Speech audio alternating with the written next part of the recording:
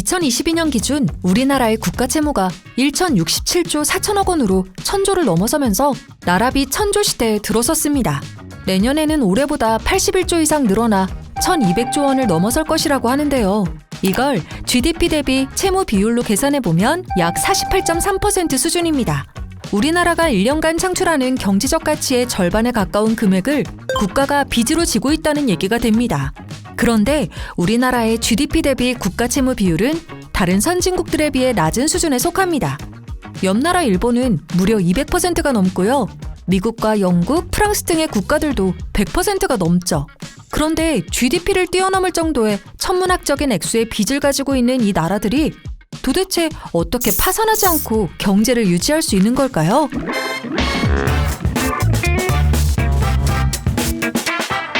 국가 채무는 정부가 국내외에 진 빚을 의미합니다. 민간 또는 해외 투자자 등에게 간접적으로 빌려 쓴 확정 채무가 국가 채무에 해당하죠. 여기에 공무원이나 군인들의 연금이나 주택도시기금의 청약저축 등 미래에 지불해야 할 잠재적인 빚을 합친 것이 국가부채입니다. 국가부채가 좀 더 넓은 개념인 거죠. 우리나라는 정부가 직접적으로 갚아야 할 책임이 있는 부채인 국가채무를 실질적인 나라빚으로 보고 국가의 재정 운용 계획 등에 활용하고 있습니다. 우리나라의 GDP 대비 국가채무 비율은 비교적 안정적이라 볼 수도 있지만 빚이 증가하는 속도는 예사롭지 않습니다. 2014년 약 515조 원이었던 나라빚이 2024년 약 1200조 원에 육박하게 되면서 10년 만에 무려 2배 이상 폭증했거든요. 특히 팬데믹 기간 동안 경기 부양과 재난지원금 지급 등으로 인해 지출이 크게 늘어나면서 국가 채무가 급증하게 되었죠. 정부가 한 해 동안 벌여들인 세금보다 복지, 국방, 교육 등 다양한 분야에 지출한 금액이 더 많은 경우를 재정적자라고 합니다. 재정적자가 발생하면 정부는 모자라는 돈을 메우기 위해 빚을 지게 되죠. 국가가 자금을 조달하는 방법은 여러 가지가 있습니다. 먼저 정부의 수입을 늘리기 위해 세금을 더 많이 걷는 방법입니다. 경기가 좋을 때는 기업과 개인의 소득이 증가하면서 소비와 투자가 활발해지고 자연스럽게 정부의 세금 수입도 늘어나게 됩니다. 이때는 세율을 조금 인상하게 되더라도 국가 경제에 미치는 영향이 상대적으로 적을 수 있죠. 하지만 불황기에는 세율 인상이 국민들의 반발과 경기 악화로 이어질 수 있다는 부담이 있습니다.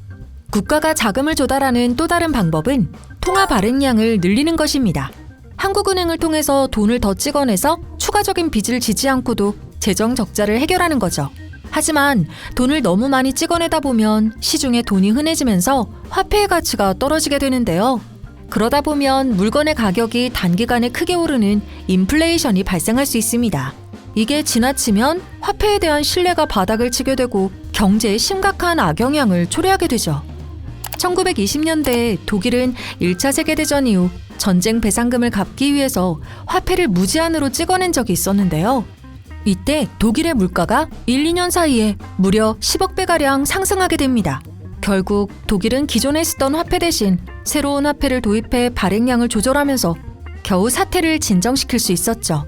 통화가 아닌 국채를 발행해 자금을 조달하는 방법도 있습니다. 정부가 채권을 발행해서 투자자들에게 돈을 빌리는 거죠. 국가도 신용등급이라는 게 있는데요. 일반적으로 개인과 기업보다 신용도가 높아서 낮은 이자로 돈을 빌릴 수 있습니다. 투자자들로부터 자금을 유치하는 것이므로 통화 가치 하락을 방지할 수도 있죠. 하지만 국채를 너무 많이 발행하게 되면 미래에 빚을 갚아야 한다는 부담이 늘어납니다. 또 지나치면 국가 신용등급에 부정적인 영향을 미치고 금리가 상승할 수 있죠.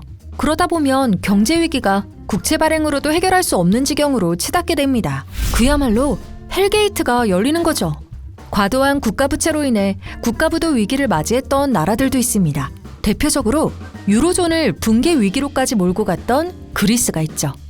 1999년 유로화 출범 당시 그리스는 유로존 가입 자격이 안 되는 상황이었습니다. GDP 대비 3% 이하의 재정 적자를 충족해야 했는데 그게 안 되었거든요. 그런데 2001년 이 통계를 조작한 그리스가 끝내 유로존 가입에 성공하게 됩니다. 그러면서 저금리로 돈을 쉽게 빌릴 수 있게 되고 과도하게 국채를 발행하여 국가 부채가 급증하게 되죠. 그러다 글로벌 금융위기 등이 발발하면서 경제가 크게 휘청거리고 버티지 못한 그리스는 2010년부터 총 3차례에 걸쳐 EU와 IMF의 구제금융을 받는 데 이릅니다. 2015년에는 IMF로부터 빌린 부채를 제때 상환하지 못하면서 디폴트, 즉 채무 불이행을 선언하기도 했는데요.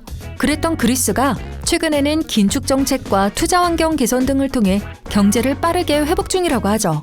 아르헨티나는 역시 여러 차례의 국가부도 위기를 맞이한 국가입니다. 특히 2001년에는 적자 재정으로 인한 과도한 국채 발행 등으로 아르헨티나 역사상 가장 큰 디폴트 상황을 맞이하게 됩니다. 이후에도 2014년, 2020년 등 수차례 디폴트 상태에 놓이면서 디폴트 단골국이라는 오명을 안게 되죠. 오늘의 결론. 국가는 자국의 통화 및 국채 발행 등을 통해 부채를 관리할 수 있으며 필요시 국제기구와 국제사회의 지원을 받아 경제회복 기회를 얻을 수 있다는 사실. 즉, 한 나라가 부채로 인해 파산해서 망하는 경우는 거의 없다고 볼 수 있습니다. 하지만 국가의 부채 관리 실패는 경제적 혼란과 국민들의 삶의 질 저하로 이어질 수 있는 만큼 정부는 재정 건전성을 확보하며 국가 부채를 신중하게 관리해야겠죠. 자, 오늘 영상 여기까지였고요. 금융에 대한 다양한 상상으로 뻗어나가는 길. 지금까지 상상대로였습니다.